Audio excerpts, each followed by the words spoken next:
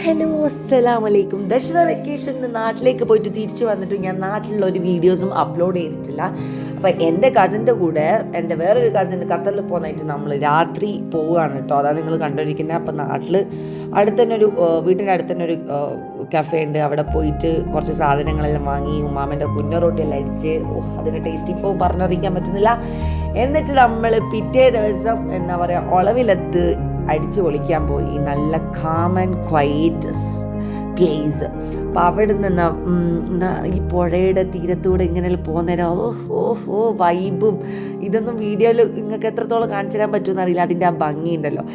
Actually ഇങ്ങനെയല്ല ഒരു റൈഡെല്ലാം പോകണം കേട്ടോ, ഒറ്റയ്ക്ക് അല്ലെങ്കിൽ നിങ്ങൾക്ക് ഏറ്റവും ഇഷ്ടപ്പെട്ട പ്രിയപ്പെട്ട ആൾക്കാരോട് ഒരു റൈഡെല്ലാം ഇങ്ങനെ പോകുന്ന വെച്ചാൽ അടിപൊളി സംഭവം. പക്ഷെ അത് എത്രത്തോളം നമ്മുടെ നാട്ടിൽ ആ പ്ലേസെല്ലാം മെയിൻറ്റെയിൻ ചെയ്യുന്നു എന്ന് എനിക്ക് ഡൗട്ട്ഫുള്ളാണ്. കാരണം ഇതെല്ലാം എന്ന് പറഞ്ഞാൽ അടിപൊളി ഒരു ടൂറിസ്റ്റ് സ്പോട്ടാണ്. പക്ഷേ ഇതെല്ലാം അടിപൊളി ഗവൺമെൻറ് പിന്നെ ഏറ്റെടുത്തിട്ട് നല്ല രീതിയിൽ കൊണ്ടുപോകണമെങ്കിൽ എത്ര ആൾക്കാർക്ക് ജോബ് ഓപ്പർച്യൂണിറ്റീസ് കിട്ടും. പക്ഷേ നമ്മുടെ നാട്ടിൽ അതൊന്നും അത്ര ശ്രദ്ധിക്കുന്നൊന്നുമില്ല.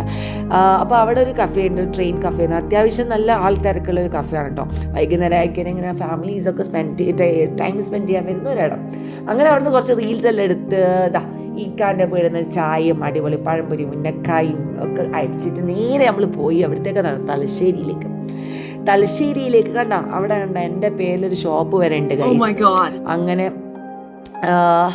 ഞങ്ങൾ നേരെ പോയത് അവിടെ ഒരു ഫേമസ്, ഞാൻ ഒരുപാട് തവണ കടൽപ്പാലം എന്ന് പറയുന്ന സ്ഥലത്ത് പോയിട്ടുണ്ടെങ്കിലും ഈ ഒരു കല്ലുമുക്കായ എനിക്ക് ടേസ്റ്റ് ചെയ്യാൻ പറ്റിയിട്ടില്ല. അപ്പോൾ കസിൻ നേരെ അവിടത്തേക്ക് വിട്ട് ഇത്ര അധികം ക്രൗഡ് ഉണ്ട് നമ്മളെ നാട്ടിൽ ഇതെല്ലാം കാണാൻ വരുന്നുണ്ടെന്നും ടൈം സ്പെൻഡ് ചെയ്യാൻ വരുന്നുണ്ട് അന്നാണ് ഞാൻ അറിഞ്ഞു കേട്ടോ.